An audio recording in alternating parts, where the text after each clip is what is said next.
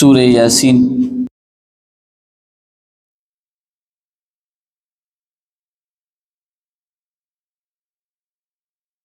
یاسین دی په مکه مکرمه کې نازل شوی دی وهي 83 آیة او په دې کې 83 آیاتونه دي وخمس رکوعات او په دې کې 5 رکوعات دي الله سورة فاتحه په خپل دربار کې قبول او منظور کړي او سورة یاسین الله مونږ آسان کړي.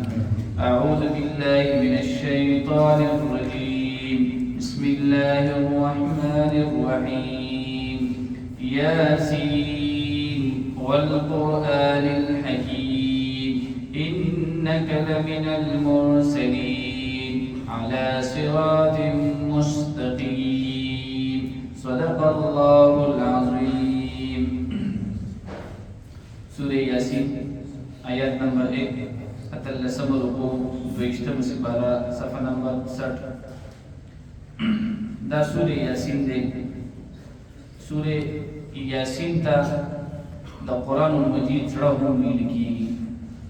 دا هر یو چیز د پاره خپل زړه دی. انسان دی هغه په زړه باندې روان دی. زناور دی دا په خپل زړه باندې روان دی.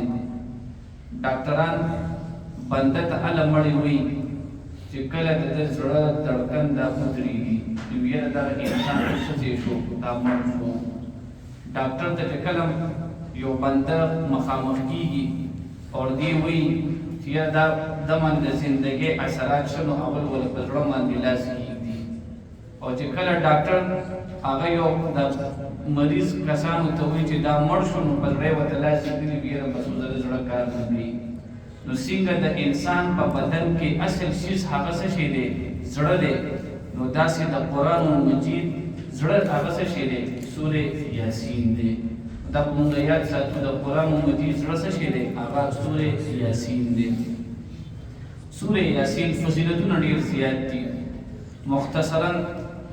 مختصرا سورة یاسین د جایز مقصد دپاره چې وویل شي جایز مقصد دپاره نبی الله رب العزت دغه صورت د برکته هغه جایز کار به پوره کوي.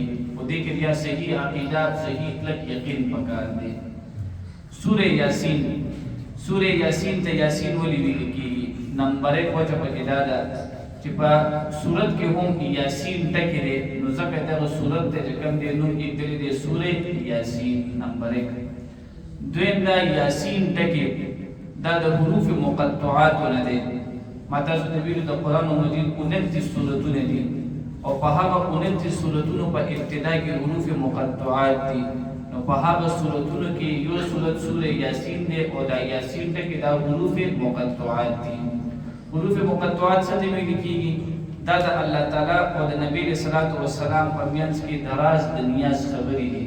په دې باندې الله تعالی او رسول علیه السلام په ښه پوهېږي. دویم قول په دې کې دا دی چې دا یاسین ټکی دا د حضور علیه السلام نوم مبارک دی. یاسین نوم دا یاسین ټکی دا د چا نوم دی؟ دا د حضور علیه السلام نوم دی. نو د دې معنی مطلب بدای شي یا سید البشر. یا سید البشر سید ویل کېږي سردار ته.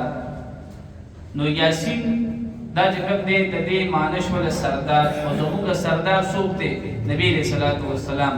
د دې معنی به داسې شي یا سید البشر ای د مخلوقاتو سرداره. الله په خپله فرمایي والقرآن الحکیم انک لمن المرسلین بېشکه ته د پیغمبرانو نه او علی صراط مستقیم ای د مخلوقاتو سرداره ته په صحیح لاره باندې. السلام علیکم پوه شوې؟ یو ټکی پکې یو قول پکې دا دی چې یاسین ټکی دا حروف مقطعات دي. د دې صحیح معنی او د دې صحیح مطلب دا چاته پته ده؟ الله ته. او دویم قول پکې دا دی چې دا یاسین دا د چا نوم دی؟ یاسین ویل کېږي سید ته او سید مطلب دی سردار. زموږ سردار څوک دی؟ نبی علیه الصلاة والسلام. نو د دې معنی مطلب به داسې شي یا سید البشر ای د مخلوقاتو سرداره د الله قرآن باندې قسم خوري چې ته د پیغمبرانو نه او علی صراط مستقیم اے پیغمبر علیه الصلاۃ والسلام ته په کومه لاره باندې په نیغه لاره باندې نو دا خبره وبدي کې یادی ساتو یاسین سوره یاسین دا د خپل د زندګۍ د ابتدا معمول وګرځوي د دې طریقه بداوي بنده چې کله سحر موږ سره پاسي نو صحیح طریقې دا چې سحر موږ نه پیل اول کوي نشي کله سحر موږ نه پیل بنده دونه وخت نشي را پاسېدلی او د سحر موږ نه پس سوره یاسین ویل پکاري وی د دې فائدہ بداوي چې ټول ورځ الله تعالی باندې بنده سره ملګری وي تاسو له کې غټه فائدې ده نو الله تعالی چې چا سره ملګری شي او الله تعالی چې چا سره ملګرتیا وکړي نو تاسو بیا په خپل وګورئ الله دې موږ تاسو ته په دې سورې یاسین په ویلو باندې توفیق را نصیب کړي یاسین الله ورسوله اعلم بمراده یاسین دې یاسین صحیح معنی او مطلب الله رب العزت او حضور علیه الصلاۃ والسلام ته معلومه ده والقرآن الحکیم اور قسم دې قرآن باندې الحکیم چې دا حکمت والا دی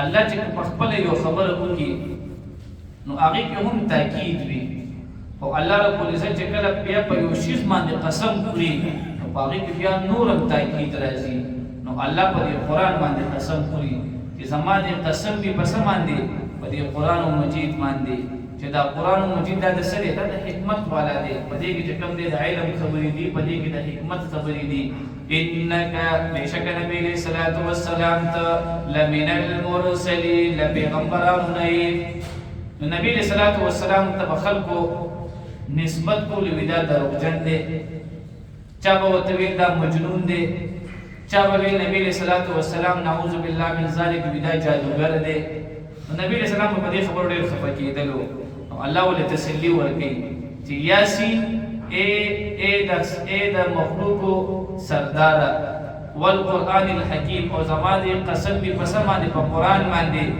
نو د دې قسم چې کوم دی جواب قسم څه شو انک بشک نبی علیہ الصلوۃ والسلام ته لمن المرسلین لپیغمبرانو نه علی صراط مستقیم او تپلا رسم باندې تنزيل العزيز الرحيم او نازل شوی دی دا قرآن مجید دا غالب چې مهربان دی لتنذر قوما دپاره د دې چې ته ویروې هغه قوم ما انذر آباؤهم چې نه دی ویرولی شوي پلاران د هغې فهم غافلون پس دوی غافله دي لقد حق القول بشك ثابت شو خبر الله رب العزت على اكثرهم فاكثر بدوي باندې فهم لا يؤمنون بس دوی ایمان نه وروړي ان جعلنا بشك موږ اچوي دي في اعناقهم الذي پسړونو کې